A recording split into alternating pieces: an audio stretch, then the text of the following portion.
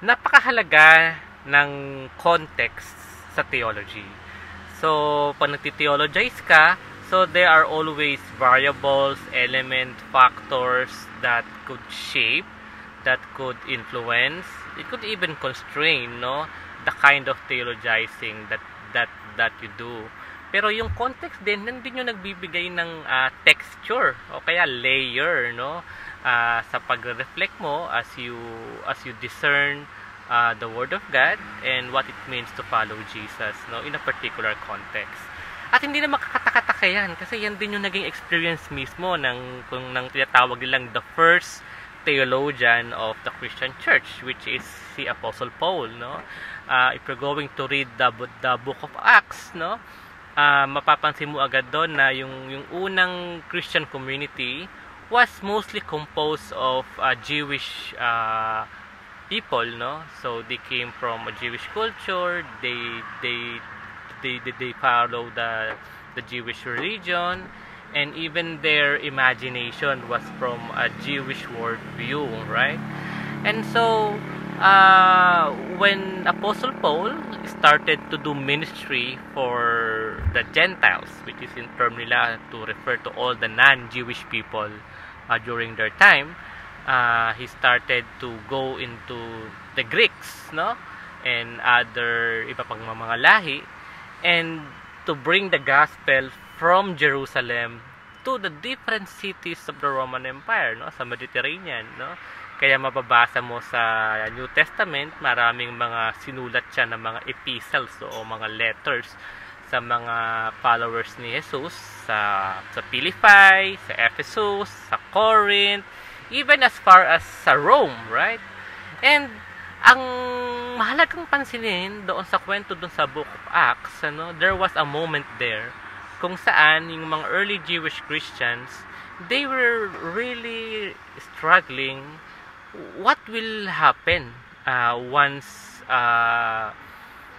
the gospel tumawid from a Jewish context to now a non-Jewish or Gentile context, ano.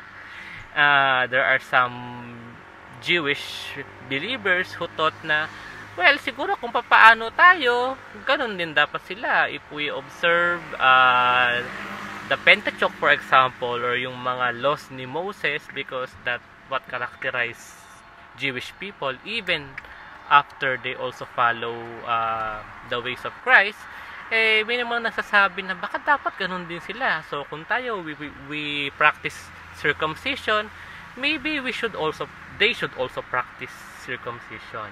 But if you follow the story sa Book of Acts sa chapter 15, nagkasundo dun yung early church, ano, and they issued like a letter o parang guidelines, no, at sinasabi nila doon sa mga non-Jewish Christians na actually you do not need to be like us, no, because you have a different context. So except for a handful of few reminders na dapat iwasan nila, they are actually on their own, no, to figure out what it means to follow Jesus as citizens of Rome, no, where they are within the culture that they have and also within the worldview that surrounds them, no.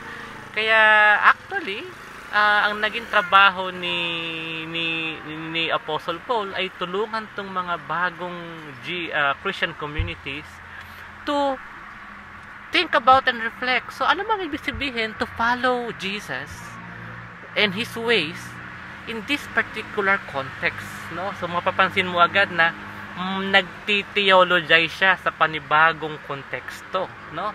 Hindi na yung original Jewish background, but now he is entering into what does it mean to be a Christian, and amidst this many issues surrounding being a citizen of Rome. So mapapansin mo yung mga letters niya is all about both practical and even doctrinal questions, no? Tatanong ng mga tao, anong kakainin namin, the foods that we're going to eat. They have questions about sexuality, they have questions about relationships, they have questions about even who Jesus is as Lord, no? Is he the same Lord as the other lords in the Roman Empire? So nagre-reflect si Apostle Paul noon.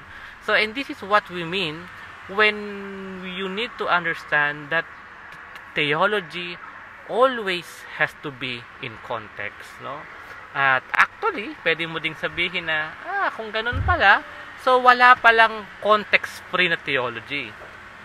Pwede mong sabihin actually na bawat theologizing is actually a contextualized form of theology. Ibig sabihin, it was developed, shaped, and designed to be relevant and useful for a specific particular context of a particular people in a particular place in a particular time, surrounding with a particular worldview and addressing very particular issues.